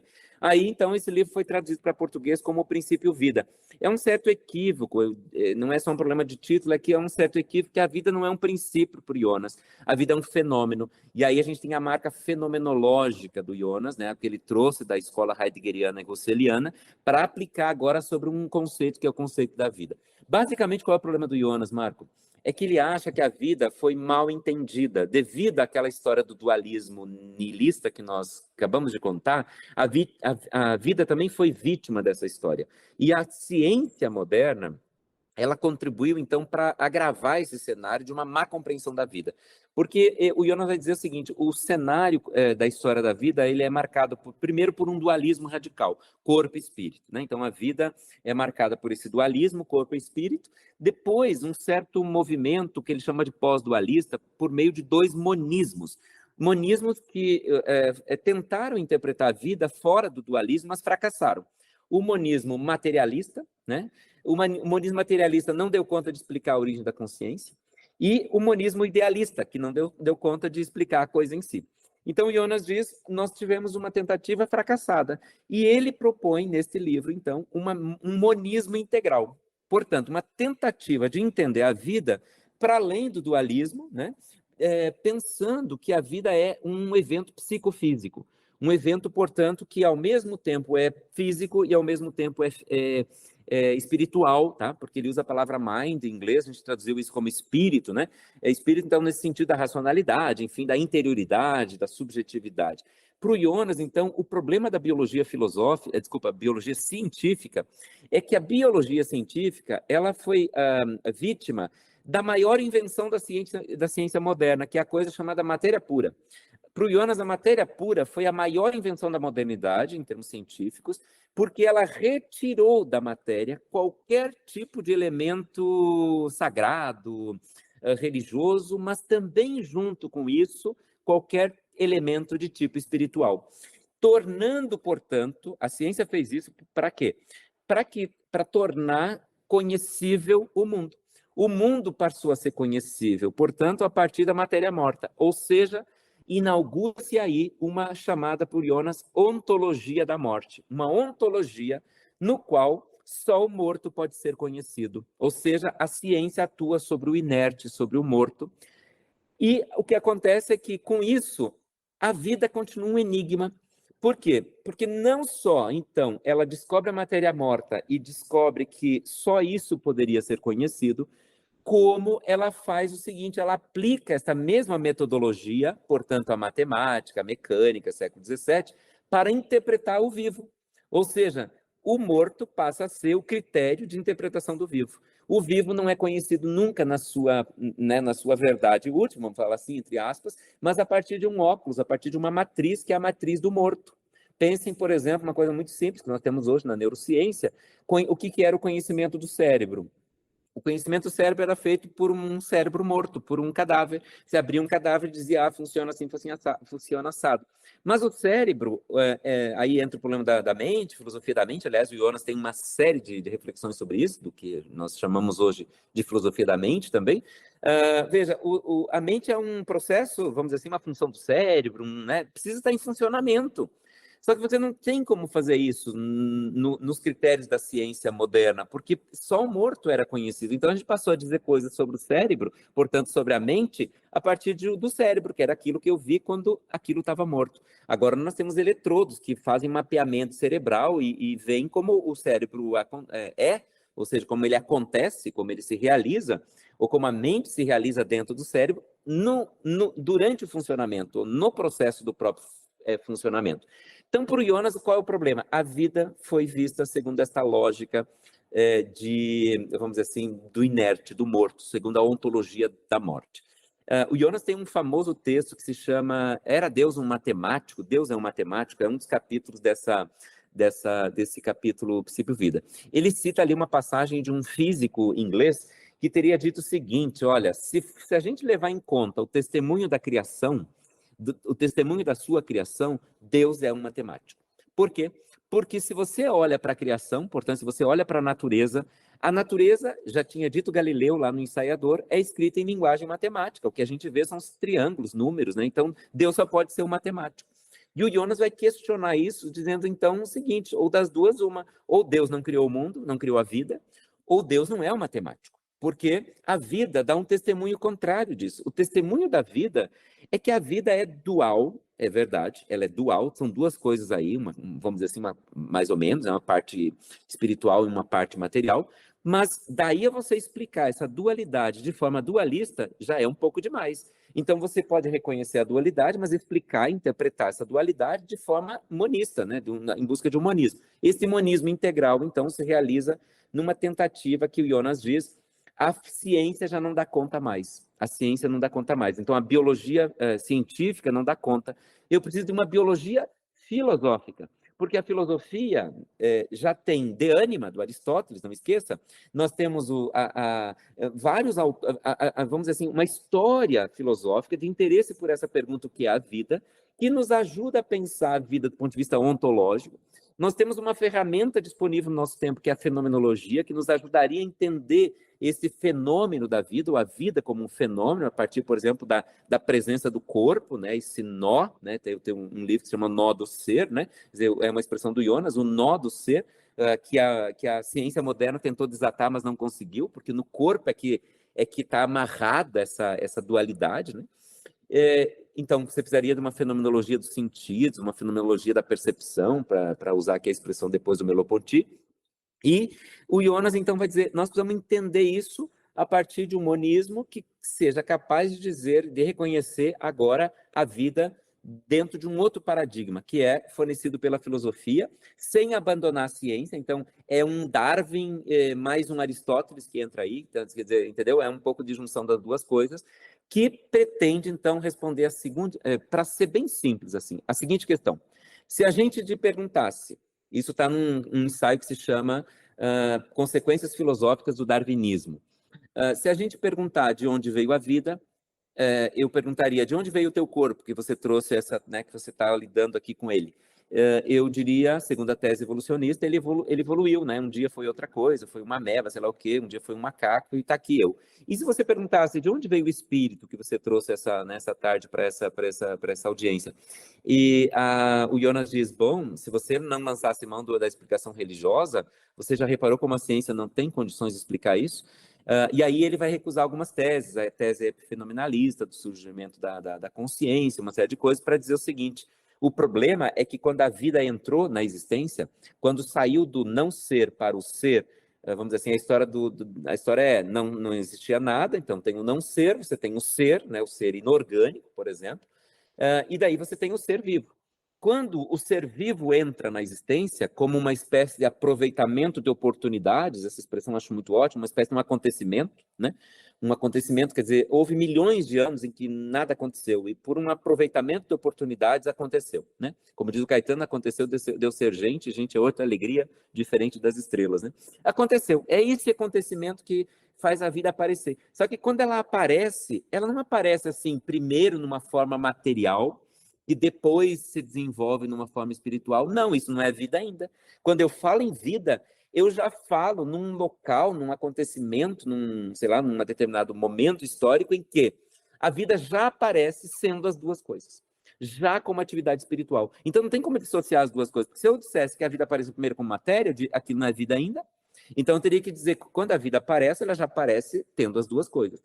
Então, quando eu tivesse que responder de onde você veio o espírito que você trouxe para esta audiência, o Jonas diria, a resposta foi dada por Darwin, que foi muito mal entendido. Por isso o texto se chama As Consequências Filosóficas do Darwinismo. O que o Darwin mostrou? O Darwin ele mostrou que a gente teria que reconhecer que também o espírito evoluiu. Então, se o corpo evoluiu, também o espírito evoluiu. Então, por isso, o Jonas, já na entrada do seu livro de 66, escreve o seguinte: uma filosofia da vida tem que ser, ao mesmo tempo, uma filosofia do organismo e uma filosofia do espírito. E essa já é a sua hipótese preliminar, certo? E, de alguma forma, ele reconhece o seguinte: aonde existe corpo, aonde existe forma orgânica, já existe atividade espiritual. E não existe nenhuma atividade espiritual que não exija também um corpo. Então, veja, né? De novo, não tem anjo, não tem Deus, esquece isso. Do ponto de vista racional dessa filosofia biológica, toda forma de espírito não pode existir separada de um corpo. E todo corpo vivo já tem, portanto, algum tipo de atividade espiritual. O que ele chama de prefiguração. Então, eu teria que reconhecer que lá nas formas mais primitivas da vida já existe prefiguração espiritual. Toda vez que a vida entra na existência, já entra através de uma atividade que o Jonas chama, olha, curiosamente, pervertendo uma história enorme da filosofia, longa, ele chama de liberdade. Ele diz o seguinte: a liberdade não está no âmbito da ética, ela está no âmbito da ontologia. A liberdade é marca ontológica da vida, e ela se desmembra numa escolha que a vida faz. E em função do quê? Em função de si mesma. A vida quer viver. Onde eu vejo vida querendo viver. É quase nietzschiano isso, né? Ou seja, a vida é uma expressão autoafirmativa. Eu vejo a vida, sabe, no meio do asfalto tem lá uma graminha nascendo, entendeu? Para fugir do frio, os animais viajam longas distâncias para buscar uma comida, para buscar um parceiro sexual, fazem esforços enormes para se manter na existência. Isso implica atos de liberdade, implica escolhas. Uma bactéria se distancia de um calor, se aproxima de um açúcar, um animal faz essa viagem, ele decide sair daqui para lá. Ou seja, eu estou falando do quê, no fim? Uma flor, veja bem, que você vira para um escuro, abre uma entrada de sol e ela se vira para cá. A gente diria que foi instinto, não sei o quê, mas se você quebra essa linguagem dualista, a gente reconheceria que aí tem um ato de escolha, tem uma espécie de uma liberdade. Claro, num grau muito, né, muito incipiente em relação ao que você vai ter, por exemplo, no caso humano, mas o Jonas, então, veja, olha que interessante, está recolocando o homem na história da vida, fazendo aqui um entrelaçamento, um vínculo direto do homem com toda a história da vida, porque para o Jonas essa história do desenvolvimento espiritual dos seres começa, então, com o metabolismo, passa para a sensação, estaríamos aqui no reino vegetal, então plantas metabolizam e sentem, né? Você sabe, por exemplo, essa planta mimosa, essa que você passa a mão assim, ela sente, ou a planta que sente o calor do sol, se alimenta de luz, a planta que sente o calor e vira, né? Ela se vira para o sol. Então, tudo isso aí seria sensação, é próprio do mundo vegetal. Daí você passa para o mundo animal, que teria marcado a percepção, né? A percepção, a emoção. Uma frase linda do Jonas é que o animal é um ser essencialmente apaixonado, né? Porque ele é marcado por duas emoções fundantes, o desejo e o medo. O medo é o que faz ele fugir dos seus predadores e o desejo que faz ele buscar uma presa. Então, a mobilidade é derivada da emoção, certo? Então, a percepção, a mobilidade, né, seriam graus de liberdade do animal, até isso chegar, por exemplo, na racionalidade humana, na capacidade de imaginativa. O Jonas escreve um texto mais tardio que se chama ferramenta, desenho ou imagem e túmulo, ferramenta, desenho e túmulo, sobre a transanimalidade do homem, para mostrar que o homem é um transanimal, ou seja, ele é um trânsito, né? Tá aí, tem uma coisa nele que é o animal. O Homo faber, por exemplo, né, o uso de ferramentas, ele diz, bom, isso não é prerrogativa humana, vários seres vivos usam ferramentas. Daí passa para o Homo pictor, o Jonas é um dos primeiros a formular o que se chama de Wissenschaftsbild, ou Bildwissenschaft, ou seja, uma ciência da imagem, né, é um dos primeiros a pensar a questão da paisagem, da imagem, do poder simbólico, né, do homem simbólico, né, isso está muito nesse texto a nobreza da visão do Jonas, que está no princípio vida, e depois o Homo sapiens, né? A frase linda do Jonas nesse capítulo é a metafísica nasceu na beira do túmulo, né? A metafísica nasceu na beira do túmulo, porque o túmulo é o lugar da reflexão sobre a vida pós-morte, etc., e, portanto, uma abertura de mundos para o ser humano que o diferencia de vez do mundo animal. A diferença entre o homem e o animal, que é uma diferença, então, muito raleada, vamos dizer assim, mas ela começa a aparecer na simbologia. Só o homem foi para o fundo de uma caverna, desenhou um mamute e entendeu que aquele desenho representava o mamute, então aí a capacidade representativa. Não só aquele mamute que ele está comendo ali na beira daquela fogueira, mas todos os mamutes do mundo. Então isso tem aí o início da linguagem, né? O problema da linguagem. Por Jonas, a imagem antecede a linguagem. E, enfim, então nós estamos num campo que reconhece que toda a história da vida é marcada por diferentes níveis de espiritualidade, que o Jonas chama de liberdade. Uma liberdade para fazer, mas não para não fazer. Então, uma liberdade necessitada. Isso é curioso, porque é uma liberdade que a vida tem para escolher, mas caso ela não escolha, ela morre. Então, ele diz que é uma liberdade dialética, uma liberdade necessitada. E essa liberdade necessitada, então, funda, né, aquilo que no homem se manifesta como tecnologia. A tecnologia, a técnica, nada mais é do que a expressão dessa relação, desse negócio que todo ser vivo estabelece com o mundo e que, então, em busca da sua própria sobrevivência, o homem também teve que fazer isso. Agora, curioso, Marco, é o seguinte: a história da liberdade é também a história do aumento dos riscos. Hoje eu me interesso muito por filosofia vegetal, né? Vamos dizer, uma linha que está ganhando muito corpo atualmente, que tem a ver todo com esse problema do vínculo, né? Porque a planta é o ser mais vinculado ao mundo, né?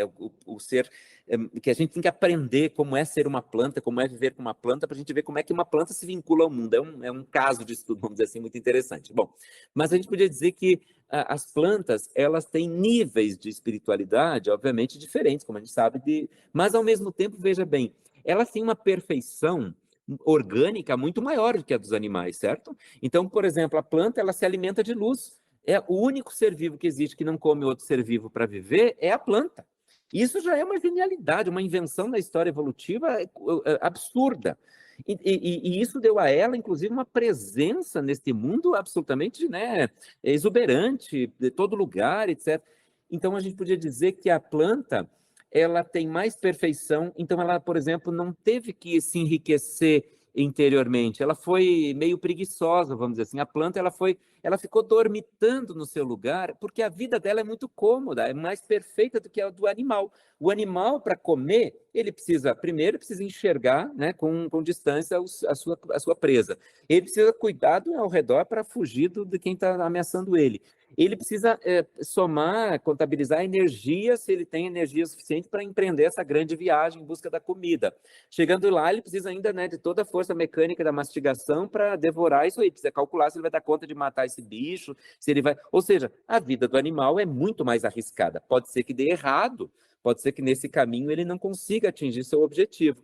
Então, a lição é, quanto mais liberdade eu tenho, mais riqueza interior. Quanto menos riqueza interior, menos liberdade. Então, a planta tem menos liberdade, por isso tem menos riqueza interior, porque foi menos provocada pelo meio. Porque aí o Jonas quase se apropria do Hölderlin, como fez o Heidegger, com a famosa frase, aonde habita o perigo, também cresce o que salva. Ou seja, ali onde mora o perigo, ou seja, onde aumenta o perigo da vida, onde a vida é mais ameaçada, onde a vida é mais frágil, que é, por exemplo, no campo do animal e do humano, ainda ali, precisamente onde ela é mais frágil, é ali precisamente que cresce a maior liberdade e, portanto, a maior riqueza espiritual. A maior riqueza intelectual, subjetiva do homem se explica pela sua maior fragilidade. E aí, de novo, quem é leitor de Nietzsche sobre verdade e mentira no sentido extramoral, vai lembrar daquela passagem inicial do texto em que Nietzsche diz que alguém, né, se alguém quisesse contar a história da vida, deveria contar assim: uma vez um astro no meio de 1 bilhão de outros astros, em que o animal inteligente inventou o conhecimento. Foi o momento mais soberbo e mais mentiroso da história da vida, mas foi apenas um momento. Um instante depois, o animal inteligente morreu, o astro se congelou e tudo voltou a ser como sempre foi. Mais ou menos assim, né? Uma tradução, numa versão minha agora. Veja, e daí mais adiante aquela questão que o Nietzsche herdou do Schopenhauer. A razão é o que ela é? Ela é, na verdade, aquilo que foi dado ao mais frágil e perecível dos seres, para que ele se sustentasse por um instante na existência. E é isso que o Jonas está dizendo. A gente está aqui por um instante, talvez passe, né? Uma hora isso, né? O sol se apague, as coisas estão aí, mas nós temos que reconhecer que esta existência, ela é marcada, então, por uma grande fragilidade. E em nome dessa fragilidade é que a gente se enriqueceu mais. A gente teve que desenvolver, diz o Nietzsche lá, né, formas de comunicação, linguagem, teve que criar família. Então, toda a estrutura social que nós inventamos é para proteger a nossa fragilidade. Isso também está em Jonas. Comparando com a planta não precisou de nada disso, porque ela é o Nietzsche fala lá, né, uma mosca, né, ela é muito mais poderosa do que um ser humano. Não precisa pensar uma mosca, né? A mosca não precisa pensar, ainda bem que não pensa. Aliás, a mosca tem mais insetos na face da Terra do que todas as outras formas de vida juntas. Então, veja, a exuberância da vida dispensa a atividade interior.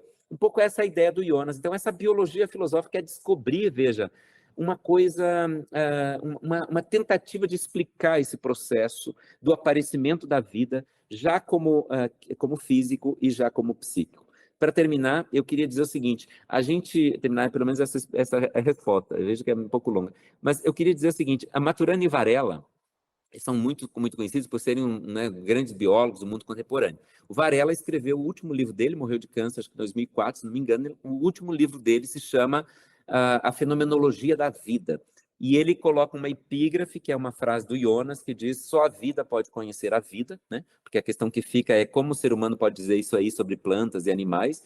O Jonas vai dizer, por analogia, porque eu sei que eu sou vivo, porque eu sou vivo, isso me cacifa, isso me autoriza a dizer coisas para os outros vivos.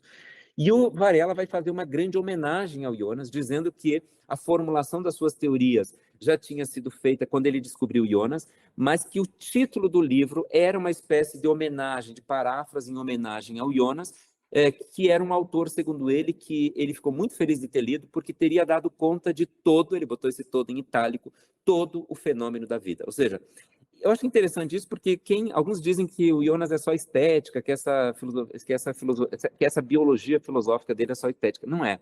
É, na verdade, uma tentativa que hoje a biologia, né, contemporânea, mesmo a biologia científica, que tenta se desprender da herança moderna, portanto, essa herança dualista, né, moderna. Essa biologia já compreende a vida, né? Teoria dos sistemas, teoria da complexidade, a partir de outro lugar. Eu acho que o Jonas, nesse sentido, ele foi também um certo, vamos dizer assim, um certo precursor, né, disso aí. E, para mim, a prova é o que o Varela escreve no livro dele, que é justamente um reconhecimento de que o Jonas estava num caminho certo quando estava propondo essa interpretação do fenômeno da vida. Fantástico, fantástico. Eu fiquei pensando como tem carga filosófica nas formulações dele, assim, carga de quem conhece a história da filosofia. E aí você pode encontrar muitos conceitos, você pode, sei lá, trabalhar com a percepção. Uhum.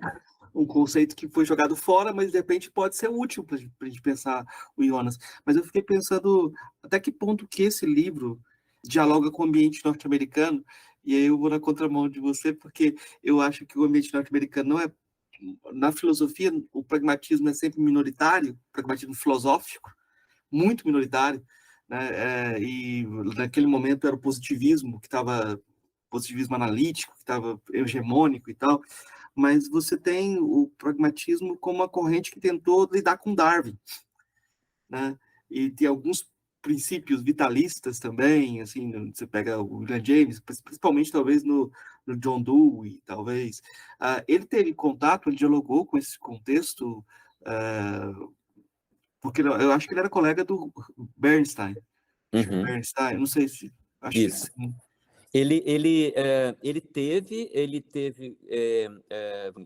Enfim, participou desse cenário filosófico, né, aí desse momento, mas também é interessante que o Jonas ele estava muito preocupado, Marco, com os outros, quer dizer, com os cientistas, com os matemáticos, com os físicos. Então, o Jonas tem uma linguagem filosófica, aliás, você falou isso, é interessante, ele mesmo diz que esta obra, o The Phenomenon of Life, é a obra mais filosófica dele, né? É curioso, porque ele ficou muito famoso com a parte ética, mas ele diz essa é a obra mais filosófica. E é curioso também que é ela que oferece, e aí um leitor do Jonas, ou quem quer ler o Jonas, às vezes cai num certo problema com o problema da fundamentação da sua ética, né? Porque não leu o princípio, porque não leu o princípio vida, não leu o The Phenomenon of Life. O The Phenomenon of Life é muito filosófico e é precisamente aí que ele se apresenta como o fundamento da ética do Jonas, porque a ética do Jonas é fundamentada ontologicamente. Quem não leu o The Phenomenon of Life fica com a impressão de que não está bem fundamentada, que tem problemas. Mas as respostas, eu acho, devem ser buscadas aí. Então, só para dizer, eu acho que o Jonas dialogou com o contexto dele, participou ativamente disso, mas se alongou também para além disso, para pensar como é que a ciência, o que a ciência dizia, né? Então, o Jonas teve muitos amigos, inclusive assim, amigo de frequentar casa, né? Como grandes cientistas, economistas, físicos, ele sempre teve um interesse muito grande de levar a filosofia a esses extremos, vamos dizer assim, né? Essas fronteiras aí. E eu acho que a obra dele se manifesta assim, quer dizer, no caso da gnose, toda essa fronteira com o mundo religioso, com a interpretação da história das religiões, né? Depois, agora com cientistas, né? Com os biólogos, físicos, no caso da responsabilidade da ética com os médicos, com os biotecnólogos, né? Também com né? O que a gente chama hoje de climatólogos ou climatologistas, né? Os estudiosos do clima. Então, o Jonas muito preocupado com esse cenário também científico, né? E claro, está em Nova York, enfim, está nos Estados Unidos, onde tem um florescimento desse movimento. Né? Se a gente passar desse momento da vida para o momento da responsabilidade, é um prolongamento ético-político das consequências do que ele formulou filosoficamente? Seria um passo, esse tipo de passo, porque eu fiquei pensando, como alguém que lutou na guerra contra os nazistas, como a filosofia da vida dele tinha implicações políticas, né? Uhum. Você sabe, Marco, essa é uma das grandes questões do Jonas. Há um certo consenso, assim, que eu não concordo. Aliás, ontem mesmo terminei um texto que eu estava discutindo precisamente isso, que o Jonas teria deixado um pouco em aberto o problema político, porque é bem óbvio, né? Você mesmo já identificou. Quer dizer, depois disso, o que resta? Resta um problema político, né? Mas alguns criticam o Jonas, dizendo, mas o Jonas não levou adiante isso. Eu não concordo, eu vou tentar te mostrar por quê. Mas eu acho que, então, antes de chegar nisso, eu vou tentar voltar um pouco. Então, temos que lembrar que The Phenomenon of Life tem 9 capítulos, na versão que nós temos aqui em português, e a partir do 9º já tem uma coisa chamada transição. Olha que interessante, porque aí já entra quando ele entra em transição, entra em assuntos, em questões, são textos sobre o homem, sobre a vida humana, portanto, sobre as questões éticas ligadas a essa questão da vida. E é interessante porque, claro, uma filosofia da vida tem que ser também uma antropologia, em outras palavras. Uma filosofia da vida tem que ser uma antropologia. O Jonas entende que Darwin fundou né, não sei se fundou, mas vamos dizer assim, ele exige uma nova antropologia. Então, agora nós temos que formular uma nova antropologia, porque agora o homem está recolocado no âmbito da vida. E ao fazê-lo, então, o Jonas não só faz uma filosofia do homem, nesse sentido, uma antropologia, né, um estudo do homem, agora como membro da natureza e não como distante dela, e formula, então, uma ética fundada nesta antropologia que, por sua vez, se funda numa ontologia, numa fenomenologia da vida. Então é interessante pensar qual é o movimento aqui. Basicamente, a questão do Jonas é a questão da, vamos dizer assim, de como esta vida, vamos dizer assim, portadora de atividade espiritual deve ser reconhecida como um valor intrínseco. Esse é o problema. Veja, e aonde está a resposta? É bem simples, em pouquíssimas palavras, até pouco, vamos dizer assim, pouco filosóficas. Ou pelo menos pouco técnicas, né, no sentido filosófico-técnico. A questão é assim, a vida, ela, de alguma forma, quando ela se manifesta, a gente já viu, se apresenta né, como corpo e como matéria. Desculpa, e como espírito. Então, quando eu penso esta forma de vida, que é já, então, portadora de espírito, e eu penso essa vida a partir de uma teleologia. O Jonas fala de tudo que reivindica hoje o reino dos fins. Então, ele diz, nós precisamos pensar que não é mais, então, só o homem o reino dos fins, mas tudo que vive é uma finalidade em si mesmo. Mas qual é a finalidade que a gente encontra, por exemplo, numa flor, numa orquídea, numa lesma ou num papagaio da Amazônia? Qual é a finalidade dessa vida? Ou como é que eu identifico esse finalismo, né? O Jonas diz, entendendo o seu próprio testemunho. O testemunho da vida é o da autoafirmação, a vida de sim para si mesma. Se a vida de sim para si mesma, então, eu logo concluo que a vida é boa. Por quê? Porque se vida não fosse boa, se viver não fosse bom, as pessoas, no geral, os seres em geral, não iam viver. Eles não gostariam de viver se a vida não fosse boa. Então, o fato de que a vida é, nesse sentido autoafirmativo, que ela tem uma finalidade, aliás, qual é a finalidade da vida? Não é nada fora da vida, é só a vida mesma. A finalidade da vida é auto-persistir, né? Vamos dizer assim, constituir-se, é existir, é permanecer viva. Essa finalidade se apresenta agora como um elemento ético, precisamente quando eu faço essa virada de chave em que do ser, então, eu encontro um valor. Ou, mais ainda, no ser eu encontro um valor. Do ser deriva um valor, porque o ser dá um testemunho de si, e o testemunho de si é eu tenho um valor por mim mesmo, por isso eu me busco, por isso eu me quero, por isso eu desejo a mim mesmo, por isso eu faço tudo para me manter na existência. E depois daí deriva a ideia de um valor. E, portanto, eu tenho que reconhecer que a vida tem um valor, uma dignidade própria, né? Então, aí todo um negócio para o mundo do direito que o Jonas abre, né? Do direito da natureza, não só um direito à natureza, como a gente trata, mas um direito da natureza. Isso é formulado como uma pergunta, né? No princípio de responsabilidade. Mas aí, veja, logo em seguida a pergunta que fica é quem pode reconhecer esse valor? Então, o ser humano. O ser humano é o único que, como membro da história da vida, como membro da vida, poderia reconhecer esse valor. Então, cabe a ele um dever. Então, a ideia de ser, de bem, de valor e de dever se articulam nessa filosofia de tal forma, então, que uma ética se funda numa ontologia, porque o bem, o dever, portanto, inclusive no sentido moral, ele está fundado no reconhecimento desse valor intrínseco da vida, que não é valorizado só porque eu estou aqui, mas porque tem um valor intrínseco em si mesmo. Mas veja que contradição. Quando o Jonas vai, então, formar o seu imperativo categórico, haja de tal forma, né, que as suas ações não coloquem em xeque uma autêntica vida humana, ele diz. Eu, quando li, Marco, a primeira vez, queria riscar esse humano. Por que ele falou humano se ele é tão contra o antropocentrismo, né? Colocou o homem na história da vida. Mas é que o Jonas tem um conceito que se chama solidariedade de interesses. Ele fala o seguinte, a vida é um evento relacional. A vida se relaciona com o meio e com os outros. Então, a vida depende o tempo todo das relações. Então, veja que é um pensador da ecologia, um dos primeiros a pensar a ecologia a partir de uma biologia que reconhece a vida como um evento relacional. E precisamente aí, nas relações que a vida estabelece, a vida se apresenta, vamos dizer assim, numa solidariedade de interesses. Então, quando eu digo uma autêntica vida humana, eu digo uma vida humana que é autêntica precisamente na medida em que ela se articula relacionalmente com todas as outras formas de vida. Ou seja, se eu destruo todas as outras formas de vida, os habitats, se eu destruo, né, as orquídeas, as lesmas e os papagaios da Amazônia, eu estou, na verdade, destruindo as condições dessa autenticidade da vida. A autenticidade da vida humana depende vamos dizer assim, da garantia da existência de todas as outras formas de vida. Agora, tem uma outra questão nesse conceito de autenticidade que às vezes também é mal compreendido. A autenticidade do Jonas não quer dizer que ele tenha um princípio fundante fixo, assim, né, de uma essência. O Jonas não é essencialista, aliás, ele está muito mais para existencialista do que para essencialista nesse caso.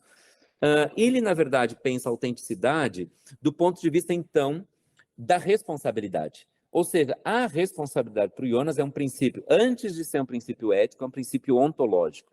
Eu tenho um dever porque eu tenho em mim a capacidade de me obrigar. Ou seja, o que me faz ser um ser humano pleno, autêntico, se você quiser, é que eu tenho a capacidade de me responsabilizar.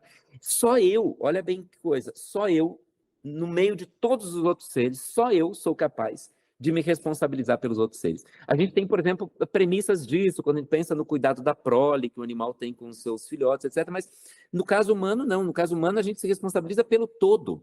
Só o homem pode fazer isso. Então, quer dizer que ele tem alguma coisa nele que faz parte, entre aspas, da sua autenticidade, sua essência, que só ele pode ter e que, portanto, ele tem que realizar, porque se ele não realiza, ele mesmo não se realiza plenamente como ser humano. Então, o que é uma vida autêntica? É uma vida capaz de responsabilidade.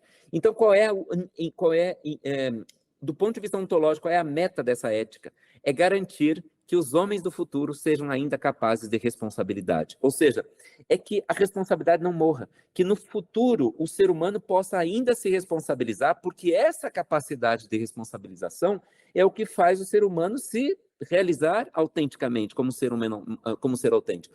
E é curioso ver que, veja, aí entra toda uma coisa ligada. O Jonas até tem uma passagem, uma entrevista que ele deu às vésperas da Eco 92, a Rio 92, né, aqui no Brasil. E o Jonas dá uma entrevista por Der Spiegel, que se chama Mais Perto de um Perverso Fim, né? Ou seja, estamos mais perto, porque ele desacreditava totalmente no papel dos políticos em se reunindo aí nesses grandes eventos salvarem a gente, por, enfim, vários motivos. Mas lá ele diz justamente isso, que nós estamos às vésperas de sermos dominados por robôs, de sermos controlados por remédios, por eletrodos, né? O que é isso? É a perda da autenticidade. E o que vai junto pelo esgoto quando a gente perde a autenticidade? A capacidade da gente se responsabilizar. Então, veja, sei lá, hoje a gente fala de inteligência artificial, um mundo, por exemplo, todo coordenado por máquinas superpoderosas. O que está em jogo aí? O atrofiamento da capacidade de responsabilidade. Talvez o Jonas reescrevesse a primeira frase da metafísica do Aristóteles, né? Com muita pretensão eu digo isso, dizendo que, ao invés de dizer todo homem tende a conhecimento, a gente poderia dizer que todo homem tende primeiro a responsabilidade, porque a responsabilidade é o que há de mais autêntico, de mais original, de mais genuíno na vida humana, e é isso que ele precisa realizar.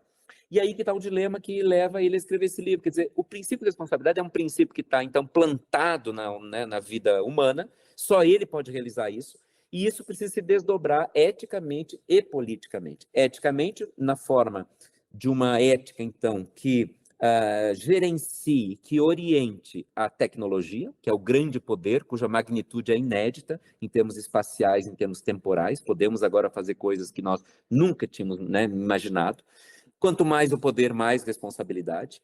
E, ao mesmo tempo, que essa responsabilidade fosse capaz, então, de garantir, digamos assim, essa existência plena do ser humano. Então, e, ao mesmo tempo, neste caso, que ela fosse a orientação dos políticos, ou seja, da vida política. Então, veja, o Jonas, ele dedica muito do seu livro à análise do capitalismo e do socialismo, que eram dois modelos de governo, vamos dizer assim, duas dietas socioeconômicas, como ele gosta de dizer, que estavam em vigor no tempo dele.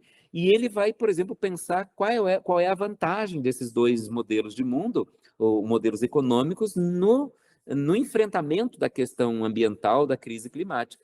Veja, Marcos, o Jonas, nesse caso, o Jonas adianta também questões, por exemplo, ligadas à justiça ambiental, à justiça climática.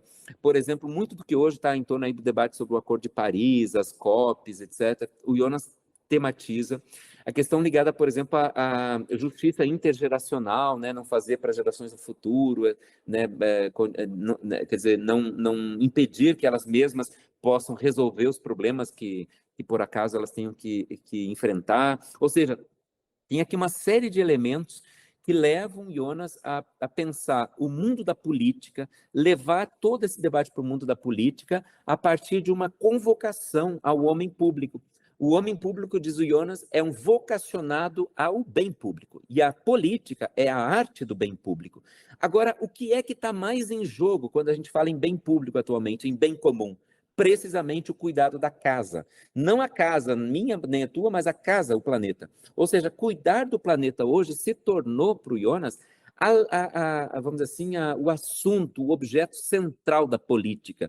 Então, qualquer filosofia política que não pense a obrigação do homem público, do governante, em cuidar e garantir para que o colapso final seja, né, evitado, é um homem irresponsável, é um político irresponsável, né? Nós saímos aí, por exemplo, de 4 anos de total irresponsabilidade em relação a isso, porque o desmantelamento das políticas de cuidado ambiental né, todo o incentivo à mineração, à destruição da Amazônia, as queimadas, etc., são parte de uma irresponsabilidade que o Jonas reconhece como um problema, digamos assim, do homem público, porque a política, nesse momento, tem que assumir a pauta ambiental, porque ela vamos dizer assim, esse é o problema do bem comum, é isso que realiza ela plenamente.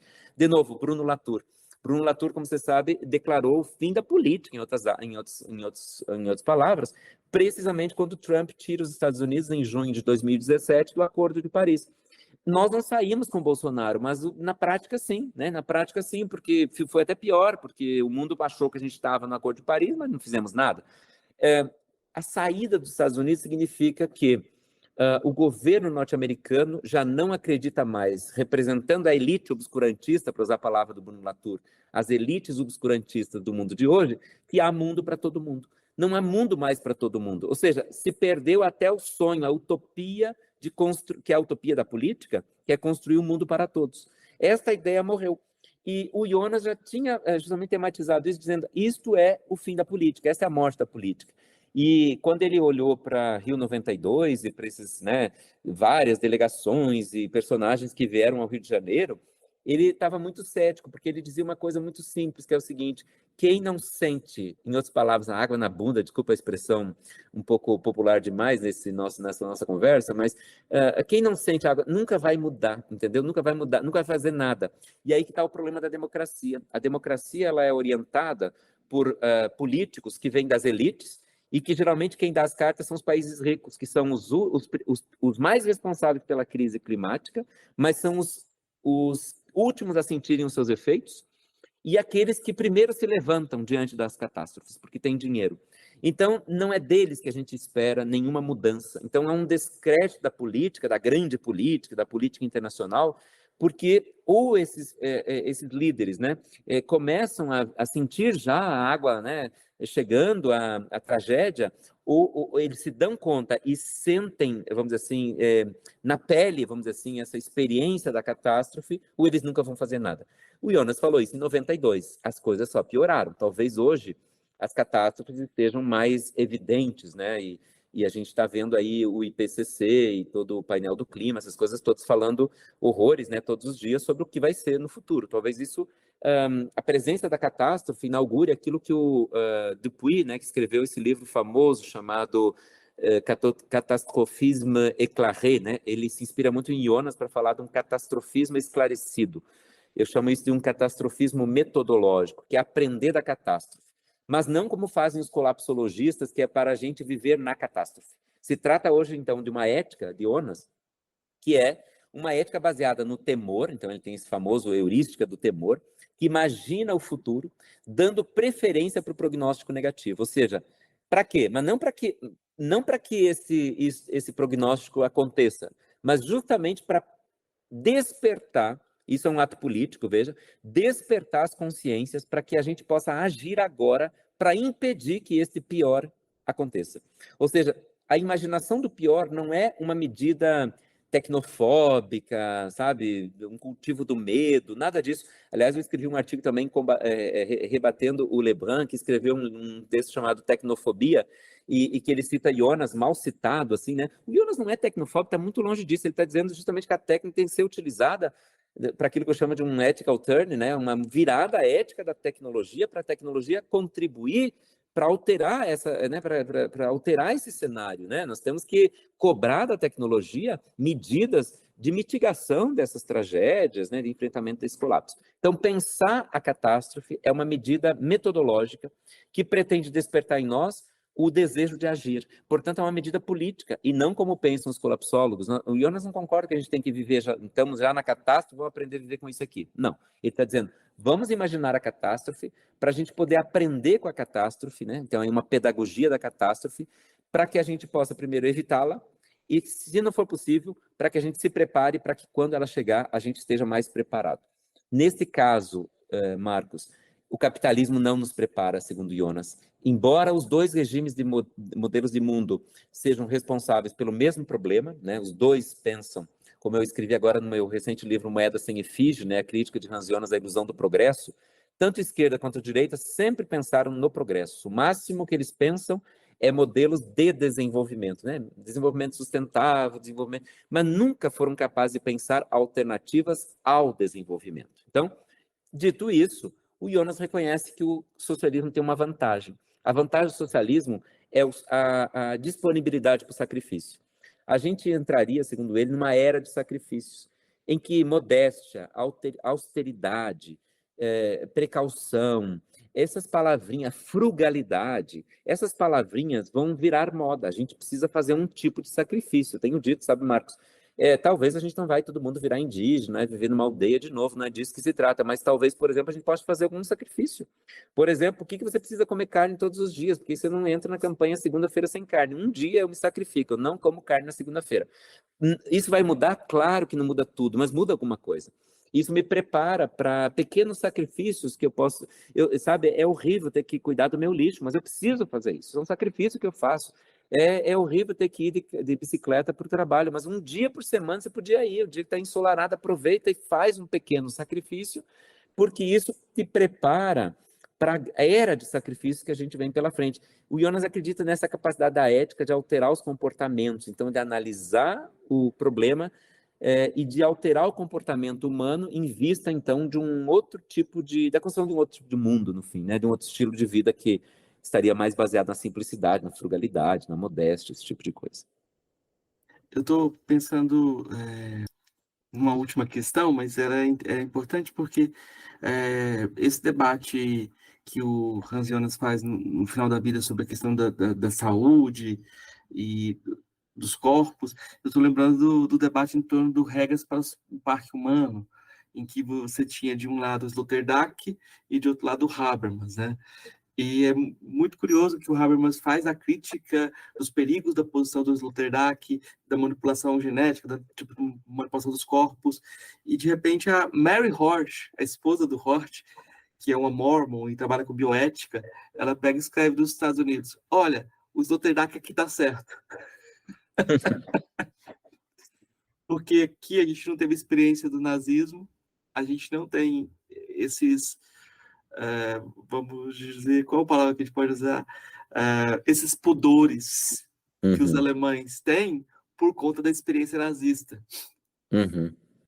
Né? E o que você falou que é uma questão para o Jonas na hora de escrever o livro, o Princípio de Responsabilidade, escrever em alemão. Você acha que tem a ver com essas... Eu acho que sim, e eu acho que tem também, veja, claro, a Alemanha foi, né, o movimento ecológico alemão foi muito forte, né?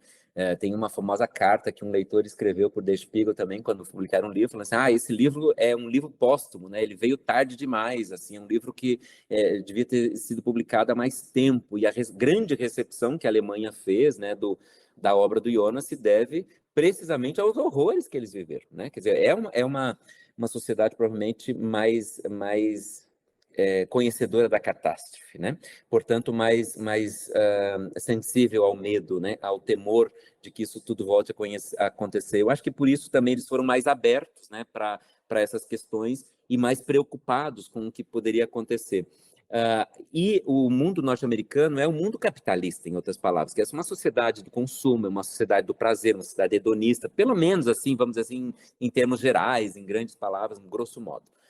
Obviamente, isso não é tão verdade assim se a gente olhar mais de perto com uma lupa, mas esse é um pouco o clima que o Jonas identifica. Existe na sociedade norte-americana é uma sociedade menos preocupada com essas questões.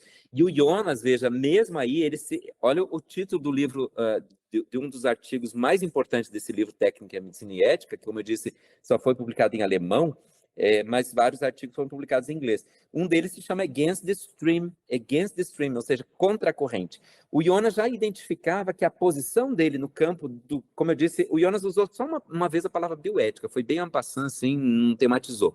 Mas vamos dizer que isso aí seja parte do pensamento da bioética que nós conhecemos hoje. O Jonas, ele sempre se manteve numa posição muito, vamos falar com todas as letras, muito conservadora, se comparada a vários né, teóricos norte-americanos. Que o Jonas disse, peraí, esse negócio de cuidado com esse negócio de transplante de órgãos, esse negócio da morte, declarar morte cerebral, isso é um problema, porque primeiro você voltaria a um dualismo, né? Então morre a mente, mas não morre o corpo, então que dualismo é esse? Será que o corpo não tem uma verdade aí que independeria da mente, etc. E depois o problema de quem decide, enfim, ele tematiza várias coisas. Os cuidados ligados à criação da vida em laboratório, vida in vitro, né?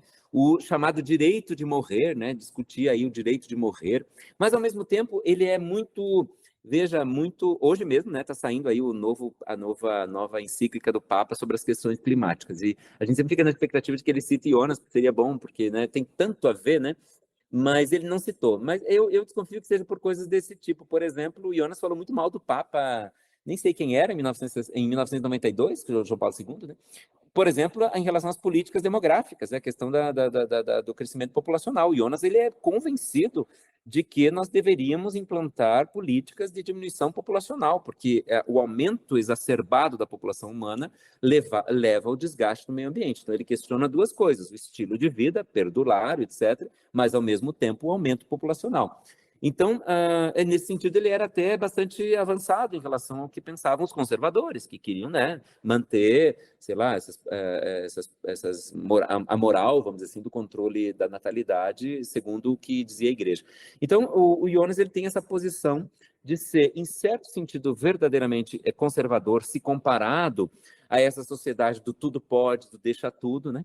E esse é um pouco, né, Marcos, a impressão que muitos têm também do Jonas, mesmo no cenário nacional, no cenário brasileiro. Quem não conhece muito o pensamento dele vai ler logo, então, olha, um autor que fala, né, de mudança de comportamento, de frugalidade, que fala de modéstia, que fala de freios voluntários para a tecnologia, que fala de heurística do medo, né, que fala de futurologia comparativa, dando preferência para o prognóstico negativo. Ou seja, eu estou aqui diante, que fala, então, contra a morte cerebral, contra transplante de órgãos, contra... Então, quer dizer, é um autor que soa bastante conservador. E isso se amplia se você compara com o cenário norte-americano. E, então, eu acho que o que resta para nós... Resta duas coisas para nós. Entender bem o Jonas, tentar ler o máximo possível para a gente poder compreender o que de fato ele tinha e situá-lo também do ponto de vista histórico, né? Obviamente ele não disse todas as verdades, nada disso. Mas eu também acho, Marcos, que nós, daí talvez para a gente encerrando, nós no Brasil, algum poderia me perguntar, né, por que eu me interessei tanto pelo Jonas? Porque eu acho que o Brasil, tenho dito isso, vive como poucos países essa dimensão da contraposição entre natureza e civilização. Poucos países do mundo vivem isso como nós atualmente. O que a gente vai fazer? Vai desenvolver ou vai proteger a natureza? É uma falácia, é uma falsa contraposição, mas é essa que orienta as políticas públicas, né, que vem orientando tudo por aí. E eu acho que o Jonas pode nos ajudar, se a gente for capaz assim de fazer uma espécie de uma antropofagia, assim, né, uma atitude antropofágica, comer essas filosofias todas e cuspir outra coisa, né? A gente está precisando cuspir um pouco mais além do Jonas também para dar continuidade a essas problemáticas e pensar essa filosofia que ele fez lá no século XX dentro das realidades do século XXI, né? pensar, por exemplo, como eu desenvolvi nesse livro do Moeda Sem Efígie, o conceito de progresso com precaução, o que significaria isso, como, por exemplo, Jonas se relaciona com as teses do pós-desenvolvimentismo, da redução do crescimento, do decrescimento, né? As questões ligadas à justiça climática. Eu, quando ouço o Lula falando agora nesses eventos internacionais, a gente fala, pô, isso aí o Jonas, né? Leu Jonas e tal. Porque, no fim, é assim, quer dizer, ler um pouco isso e tentar identificar formas de trazer esse pensamento para a gente pensar o Brasil, as questões ecológicas, os desafios que são nossos hoje, né? Mas eu tenho 3 perguntas que eu faço para todos os convidados, professor. Eu vou fazer para o senhor a primeira mais simples de todas, aquela que o senhor lida todo semestre. O que é filosofia? É a mais difícil das perguntas, né? Eu acho que, sabe que eu vou aproveitar o Camus para falar que a filosofia é uma resposta, e você citou agora uma coisa parecida, né? É uma resposta ao problema da morte. E ela é uma resposta de 2 tipos: a gente entendendo o que é a vida e a gente alterando o modo como a gente vive. E fazendo isso, a gente responde o problema do suicídio, né? Vale a pena viver? E eu acho que agora com o Iona a gente aprende que o suicídio é uma coisa muito maior, é o suicídio da própria humanidade, não é só, né? Então, por que o ser humano? Por que a humanidade? Né? Por que ainda a vida no futuro? Né? Por que preservar isso tudo? E eu acho que a filosofia é, hoje, essa atividade de a gente pensar sobre isso, né? E eu tenho 2 imagens que eu lembro sempre. A filosofia como, então, diante de uma tarefa cósmica, né, que é uma expressão do Jonas, tem a primeira vez a tarefa cósmica, ou seja, organizar o todo, né, pensar o todo. E uma outra ideia que vem justamente desse meu livro, Moeda Sem Efígie, que eu pensei a filosofia como uma fábrica de reimpressão de moedas, né? Ou seja, a filosofia, ela reimprime valores, ela diz quantas coisas valem, coisas que foram gastas com uso, né, para pegar a metáfora do Nietzsche, e que a gente continua usando como valor de moeda, mas sem saber quanto vale. A filosofia não admite isso, porque o passo seguinte é o fanatismo. O fanatismo é a coisa pior que existe, é a coisa mais contrária à filosofia, que é uma crença, uma ilusão que não tem fundamento. Então, a filosofia é um convite a gente sair do fanatismo, a gente criticar as coisas para imprimir novos valores. E a gente tem que fazer isso sempre. Então, não tem uma filosofia certa, não tem uma filosofia errada, tem uma filosofia que tenta reimprimir valores a partir, né, de determinados contextos, etc. E eu acho que, no fim, isso tudo é isso, é uma forma de enfrentar, né, o problema do suicídio, de enfrentar essa questão se a humanidade ainda deve ou não, né? O quanto vale a pena viver e qual é o estilo de vida que a gente deveria levar adiante. Das filósofas ou filósofos que o senhor conheceu pessoalmente, qual foi o que mais lhe impressionou? Eu ia dizer tanta coisa, assim, eu acho que realmente é uma pergunta difícil, porque a gente tem muitos personagens, assim, né, no Brasil, que são personagens importantes e que demonstram, assim, digamos, uma clareza muito grande, não só do ponto de vista da filosofia como um todo, mas do compromisso também, assim, com o Brasil, com pensar essas coisas, né? E eu poderia te dar exemplos de várias pessoas da academia, né? Eu, por exemplo, fiquei pensando imediatamente no professor Oswaldo Jacói, que foi para mim um mestre muito importante da minha trajetória. Agora estou lançando também um livro com ele sobre o perspectivismo em Nietzsche, né? Mas então é um personagem que eu aprendi a gostar muito, assim, né? Mas talvez pessoas mais simples, assim, sabe? Que me fazem pensar, por exemplo, como o meu próprio pai, sabe? Cuja vida é uma vida muito simples, sem estudo, mas que tem uma atitude filosófica. Isso me dá a oportunidade de pensar que talvez a filosofia esteja bem longe dos nossos diplomas, né? E que a filosofia de verdade seja uma espécie de atitude de vida. Meu pai tem muito dos cínicos, né? Eu gosto muito dos cínicos, dessa filosofia, né? De viver aí numa certa simplicidade, uma certa frugalidade. E talvez o maior filósofo que eu tenho encontrado seja mesmo meu pai. Qual o seu filósofo ou filósofo favorito? Isso aqui, atualmente, o Jonas e o Nietzsche... Bom, na minha história, o Jonas e o Nietzsche são decisivos. Aliás, eu acho que os dois representam um problema que eu, como professor de filosofia, sei lá, filósofo, pensador, eu me coloco para mim, que é esse plano do vínculo do homem com o mundo. E o Nietzsche me ofereceu muitas ferramentas para entender isso. Linguagem, né, conceitos, modos de escrita, coragem também de dizer o que precisava ser dito, de escrever de um jeito absolutamente forte, né? E o Jonas, que leu Nietzsche também, que se interessou por Nietzsche, se apropriou do conceito de niilismo em Nietzsche e trouxe isso para esse campo tão urgente como esse da filosofia. Então, assim, para mim não há dúvida que, para mim, na minha trajetória acadêmica, assim, a presença desses dois nomes ela não só me ocupa do ponto de vista da minha escrita, do meu trabalho, do meu tempo, da minha leitura, das minhas orientações, né, das minhas leituras de orientação, de teses, etc., mas também me ocupa do ponto de vista existencial mesmo, né? Eu acho que eles ocupam um lugar existencial para mim. Eu me encontrei com, né, tive a alegria de me encontrar com esses dois pensadores, né, de ir para a filosofia, me encontrar com eles, e eu acho que eles traduzem um pouco esse meu esforço. Mas essa fala é recortada e todo recorte é infeliz, né? Porque eu poderia acrescentar aqui, colocar outros vários nomes, e a filosofia nos possibilita isso. A gente tem muitos personagens, né? Muitos de ontem, de hoje, de fora do Brasil, brasileiros, né? Enfim, que são inspiração para a gente, né? Então, enfim, é um recorte injusto. É como na poesia, a gente não pode gostar de muitos poetas. Não dá. Tem que tomar partido. Tem que se concentrar também. Professor, eu queria pedir indicações de leitura, de filme, de podcast. Podcast, bom, eu tenho um podcast chamado Filosofia Feijão com Arroz, né? Quem for ouvir o nosso aqui, do Marcos, pode também depois procurar. É feito com o Jornal Plural aqui de Curitiba, um jornal que se pretende uma voz de esquerda aqui no Paraná, então um jornal bem interessante, vocês podem procurar também. Eu gostaria de indicar, então, os livros do Jonas. Bom, eu acho que o princípio de responsabilidade, todo mundo já viu, o princípio vida. Se eu pudesse também, sem ter muita pretensão, com falsa modéstia, indicar o meu livro Moeda Sem Efígie, é um livro que eu acho que, de alguma forma, resume um pouco essa estratégia atual minha, né? Foi lançado agora mês passado, então, em 2023, em setembro de 2023. Que pretende fazer uma crítica justamente da noção de progresso, né?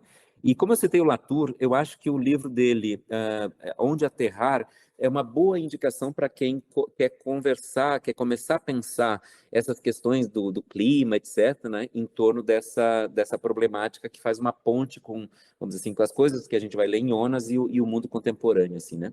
Então, nessa linha aí, eu acho que pode ser essas indicações. Eu estou pensando em indicar um livro seu, Filosofia da Viagem, porque vai de encontro com esse anseio de fazer filosofia de forma diferente, de usar esses personagens como ferramentas para fazer um pensar situado. Mas o compêndio de trabalho sobre filosofia da técnica que você tem desenvolvido também é uma coisa muito interessante e é uma ferramenta que você pode pegar por vários caminhos, né? Desde, sei lá, você tem o Álvaro Vieira Pinto ali e tem o Hans Jonas Uhum. ali Isso, dentro. é. Esses dois volumes, então, que foi lançado pela Edux, né, da Caxias do Sul, Filosofia da Tecnologia, seus atores e seus problemas, né, é uma grande graça que eu tive, né, uma grande honra de organizar em nome do GT, né, um GT de Filosofia da Tecnologia que eu coordenei, agora estou coordenando o GT do Hans Jonas, mas é um trabalho que a gente tem em conjunto e realmente é um livro bem interessante para quem quer discutir temas desse tipo. Então, é uma leitura enorme dessa questão da tecnologia ao longo, né, da história da filosofia. O primeiro volume vai bem atrás, assim, né, com artigos, e o segundo volume tem aí autores bem contemporâneos, inclusive vários vivos. Então, obrigado. E o Filosofia da Viagem faz parte desse convite a quem não é filósofo, né? Eu tinha um interesse também em conversar com quem não era só, assim, né, filósofo no sentido exato da coisa, estrito, né? Uhum. Mas com pessoas que estavam interessadas em filosofia, mas que tinham talvez dificuldade de ir lá no livro mais duro. Então, eu criei uma coleção chamada, é uma trilogia, na verdade, escrevi, chamada Sabedoria Prática.